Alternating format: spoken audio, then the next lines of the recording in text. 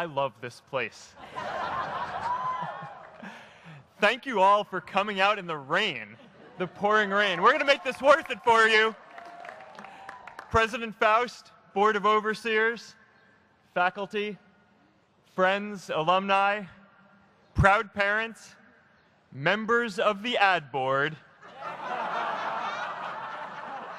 and graduates of the greatest university in the world.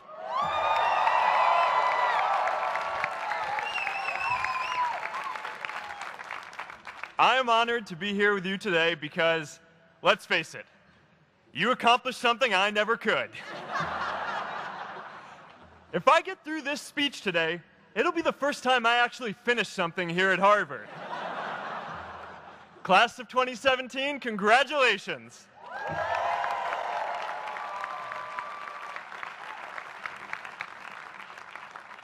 Now, I'm an unlikely speaker today, not just because I dropped out, but because we're technically in the same generation.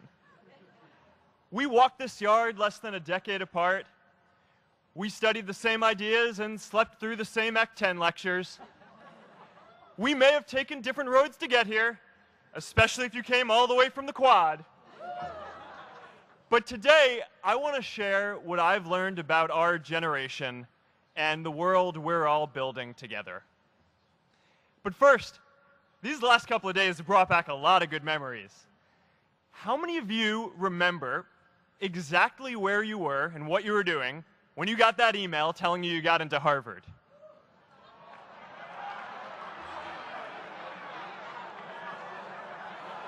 I was playing the video game Civilization, and I ran downstairs and got my dad, and for some reason, his first reaction was to video me opening the email. That could have been a really, really sad video. But I swear, getting into Harvard is the thing my parents are most proud of me for. My mom is nodding. You all know what I'm talking about. Look, guys, it's tough to beat this. You'll see when you get out there. How many of you remember your first lecture here at Harvard? Mine was Computer Science 121 with the incredible Harry Lewis. Harry. I was running late for class, so I threw on a t-shirt, and I didn't realize until afterwards that I put it on inside out and backwards, and my tag was sticking out the front. I couldn't figure out why no one in class would talk to me. Except for this one guy, KX Jin. He just went with it. We started doing our problem sets together, and now he runs a big part of Facebook. And that, class of 2017, is why you should be nice to people.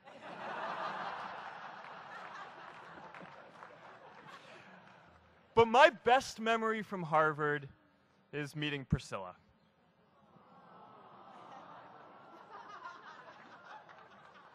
I had just launched this prank website, Face Smash,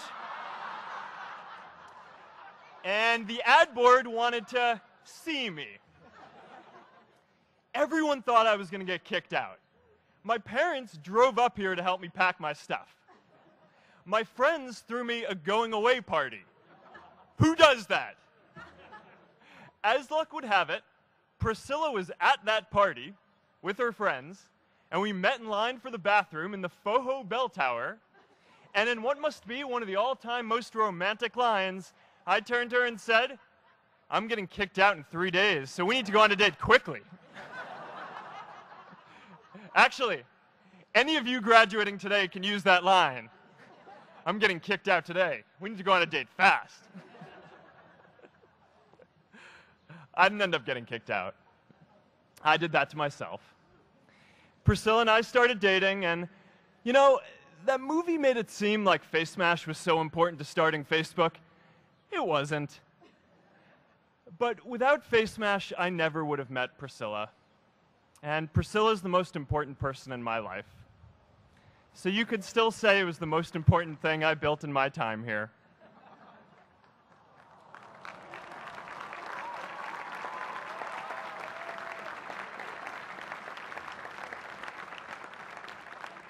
We have all started lifelong friendships here, and some of us even families. That's why I'm so grateful to this place. Thanks, Harvard.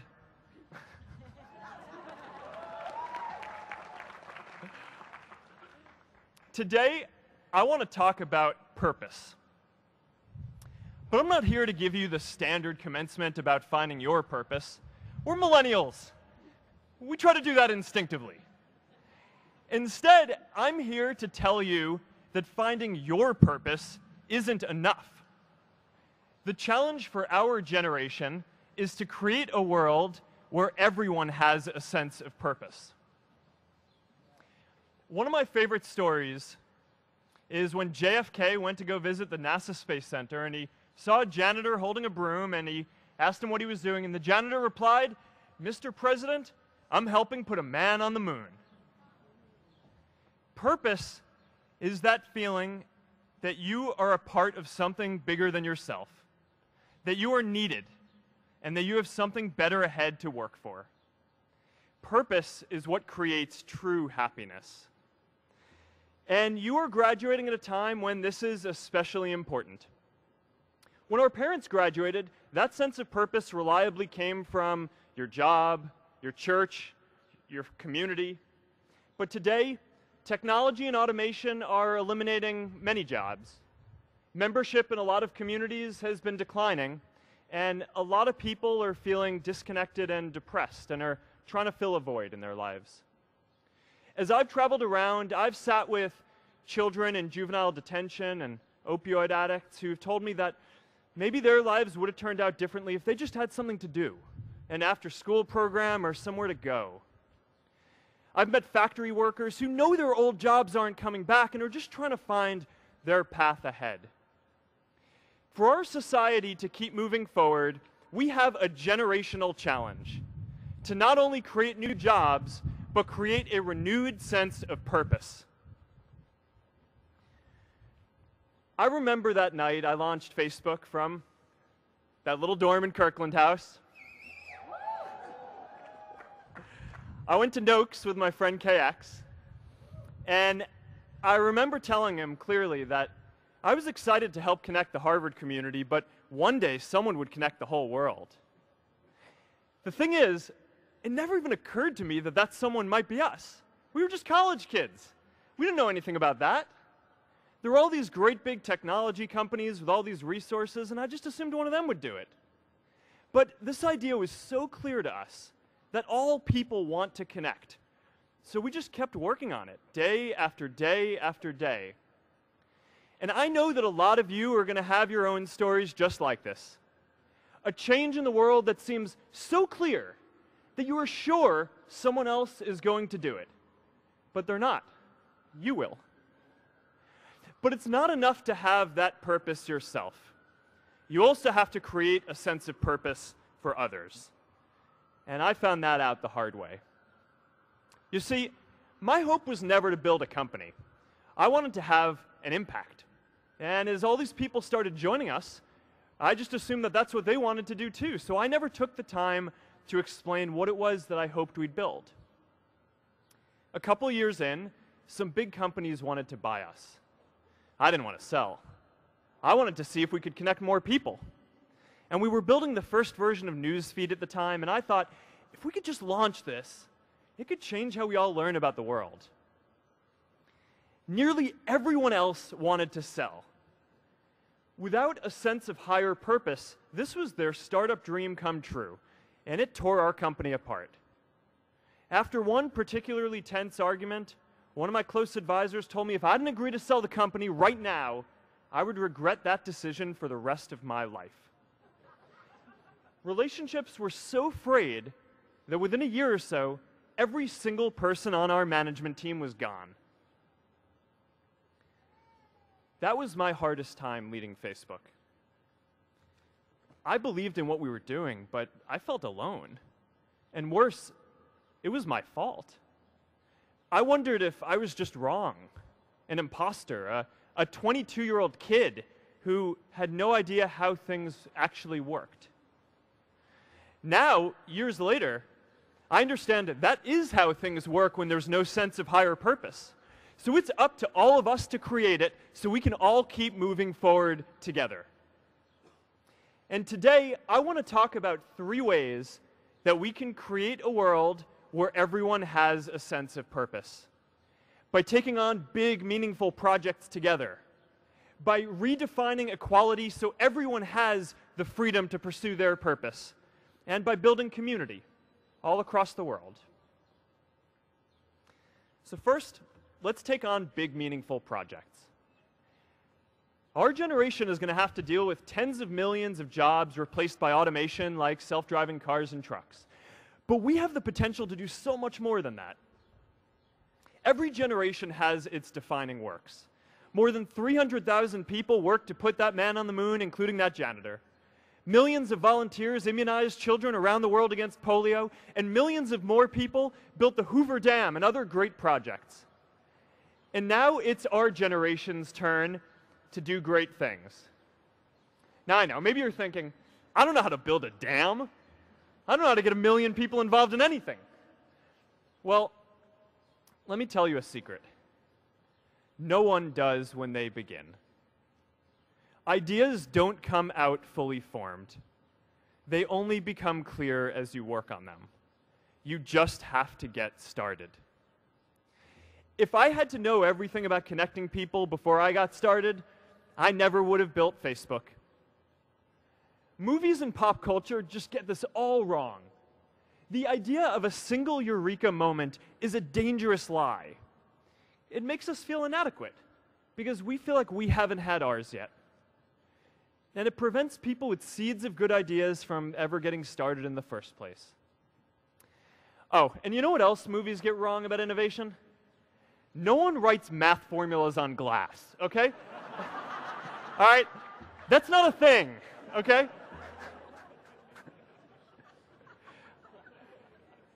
It's really good to be idealistic, but be prepared to be misunderstood. Anyone working on a big vision is going to get called crazy, even if you end up right. Anyone taking on a complex problem is going to get blamed for not fully understanding it, even though it's impossible to know everything up front. Anyone taking initiative will always get criticized for moving too fast because there's always someone who wants to slow you down. In our society, we often don't take on big things because we're so afraid of making mistakes that we ignore all the things wrong today if we do nothing. The reality is, anything we do today is going to have some issues in the future. But that can't stop us from getting started. So what are we waiting for? It is time for our generation-defining great works. How about stopping climate change before we destroy the planet and getting millions of people involved, manufacturing and installing solar panels? How about curing all diseases and getting people involved by asking volunteers to share their health data, track their health data, and share their genomes? You know, today, our society spends more than 50 times as much treating people who are sick as we invest in finding cures so people don't get sick in the first place. It makes no sense. We can fix this. How about modernizing democracy so everyone can vote online? And how about personalizing education so everyone can learn? These achievements are all within our reach. Let's do them all in a way that gives everyone in our society a role. Let's do big things, not just to create progress, but to create purpose.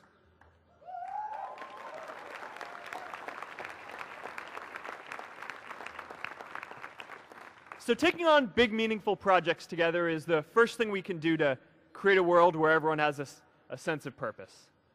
The second is redefining our idea of equality so everyone has the freedom to pursue their purpose. Now, many of our parents had stable jobs throughout their careers, but in our generation, we're all a little entrepreneurial, whether we're starting our own projects or finding our role in another one. And, you know, that's great, because our culture of entrepreneurship is how we create so much progress. An entrepreneurial culture thrives when it is easy to try lots of new ideas. Facebook wasn't the first thing I built. I also built chat systems and games, study tools and music players, and I'm not alone. J.K. Rowling got rejected 12 times before she finally wrote and published Harry Potter. Even Beyoncé had to make hundreds of songs to get Halo. The greatest successes come from having the freedom to fail. Now, today, we have a level of wealth inequality that hurts everyone. When you don't have the freedom to take your idea and turn it into a historic enterprise, we all lose. And right now, today, our society is way over-indexed on rewarding people when they're successful, and we don't do nearly enough to make sure that everyone can take lots of different shots. Now, let's face it, there is something wrong with our system when I can leave here and make billions of dollars in 10 years, while millions of students can't even afford to pay off their loans, let alone start a business.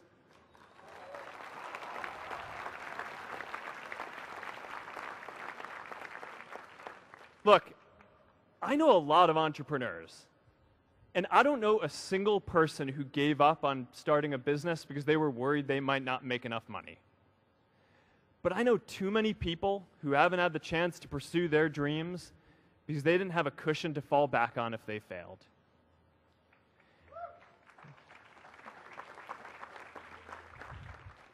We all know you don't get successful just by having a good idea or working hard. You get successful by being lucky too.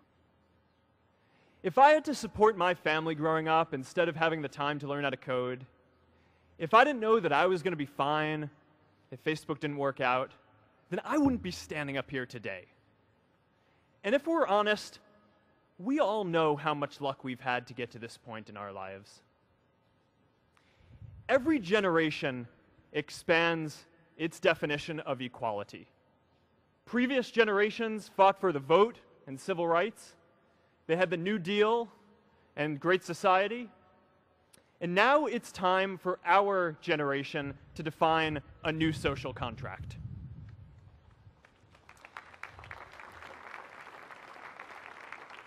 We should have a society that measures progress not just by economic metrics like GDP, but by how many of us have a role we find meaningful. We should explore ideas like universal basic income to make sure that everyone has a cushion to try new ideas. We're all going to change jobs and roles many times, so we need affordable childcare to get to work and healthcare that's not tied to just one employer. And we're all going to make mistakes. So we need a society that's less focused on locking us up and stigmatizing us when we do. And as our technology keeps on evolving, we need a society that is more focused on providing continuous education through our lives.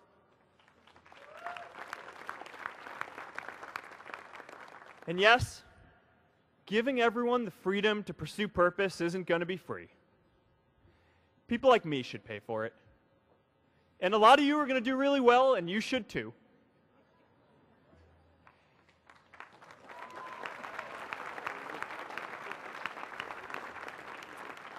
That is why Priscilla and I started the Chan Zuckerberg Initiative and committed our wealth to promoting equal opportunity.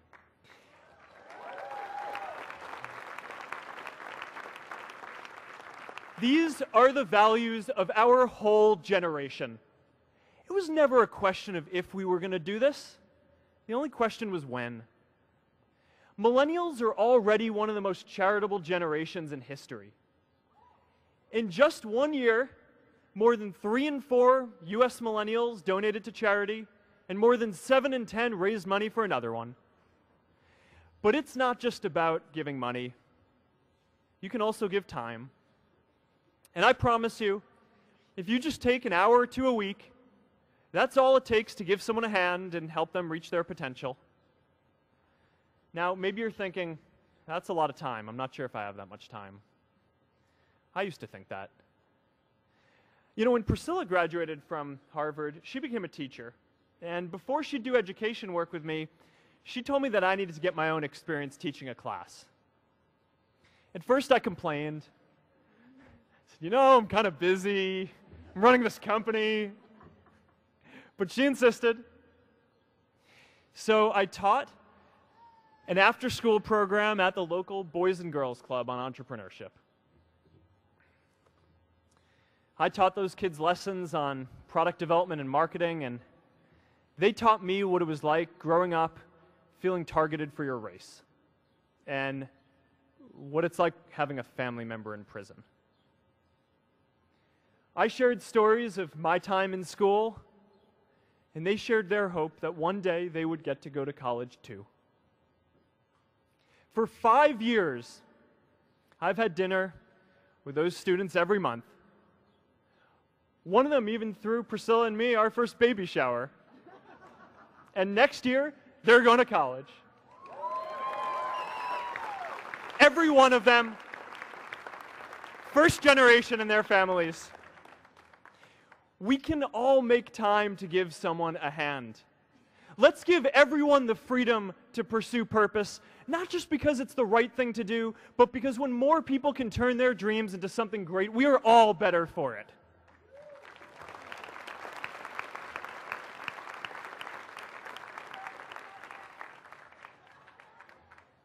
Purpose doesn't only come from work. The third way we can create a sense of purpose for everyone is by building community. And in our generation, when we say purpose for everyone, we mean everyone in the world. Now, quick show of hands. How many of you here are from another country? All right, now keep your hands up. How many of you are friends with one of these folks? Now we're talking. See, we have grown up connected. In a recent survey of millennials around the world, asking what most defines our identity, the most popular answer wasn't nationality, ethnicity, or religion. It was citizen of the world. That's a big deal. Every generation expands the circle of people we consider one of us. And in our generation, that now includes the whole world. We understand that the great arc of human history bends towards people coming together in ever greater numbers, from tribes to cities to nations, to achieve things that we could not on our own. We get that our greatest opportunities are now global. We can be the generation that ends poverty, that ends disease. And we get that our greatest challenges need global responses too. No country can fight climate change alone or prevent pandemics. Progress now requires coming together, not just as cities or nations, but also as a global community. But we live in an unstable time. There are people left behind by globalization across the whole world. And it's tough to care about people in other places when we don't first feel good about our lives here at home. There's pressure to turn inwards. This is the struggle of our time. The forces of freedom, openness, and global community against the forces of authoritarianism, isolationism, and nationalism. Forces for the flow of knowledge, trade, and immigration against those who would slow them down. This is not a battle of nations. It is a battle of ideas. There are people in every country for more global connection, and there are good people against it. And this isn't going to be decided at the UN either. It's going to happen at the local level when enough of us feel a sense of purpose and stability in our own lives that we can start to open up and care about everyone else too. And the best way to do that is to start building local communities right now.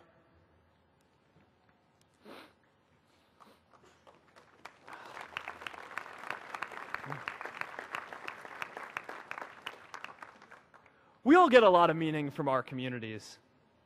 Who here's from Elliott House? How about Lowell? I know you guys found community because you literally live right on top of each other. And Mather? I'll just leave that there. Whether our communities are houses or sports teams, churches or a cappella groups, they give us that sense that we are a part of something bigger, that we are not alone. They give us the strength to expand our horizons. And that's why it's so striking that over the past few decades, membership in all kinds of communities has declined by as much as 1/4. That's a lot of people who now need to find a sense of purpose somewhere else. But I know that we can rebuild these communities and start new ones because many of you already are. I met Agnes Agoye, who's graduating today. Agnes, where are you?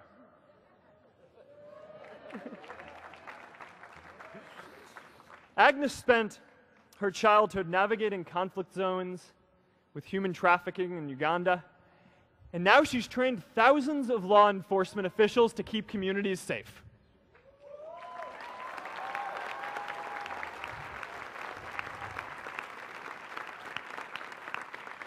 I met Kayla Oakley and Neha Jain, who are graduating today too. Stand up, guys. Kayla and Neha started a nonprofit that connects people suffering from chronic illnesses with people in their communities who are willing to help out.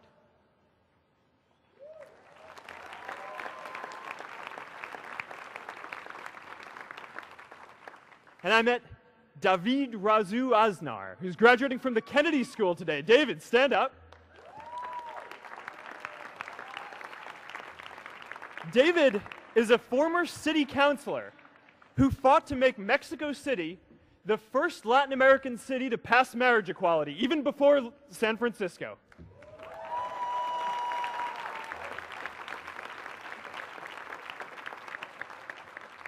And this is my story too. A student in a dorm, connecting one community at a time and keeping at it until one day we can connect the whole world. Change starts local. Even global change starts small with people like us. In our generation, the struggle of whether we connect more, whether we achieve our greatest opportunities, comes down to this: your ability to build communities and create a world where every single person has a sense of purpose.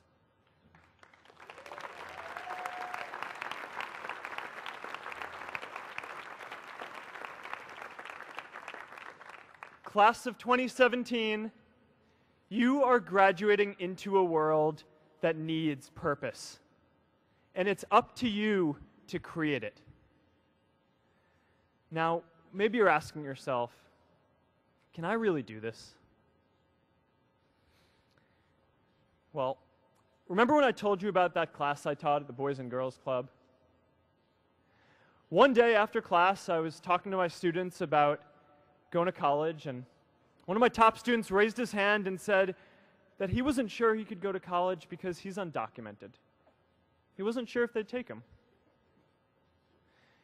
Last year, I took him out to breakfast for his birthday, and I wanted to get him a gift, so I asked him what he wanted, and he just started talking about struggles that he saw other students in his class facing, and finally said, you know, I'd really just like a book on social justice. I was blown away. Here is a young guy who has every reason to be cynical. He wasn't sure if the country he calls home, the only one he's known, was going to deny him his dream of going to college. But he wasn't feeling sorry for himself. He wasn't even thinking of himself. He has a greater sense of purpose, and he's going to bring people along with him. It says something about our situation today that I can't even say his name because I don't want to put him at risk. But if a high school senior who doesn't know what the future holds for him can do his part to move the world forward, then we owe it to the world to do our part too.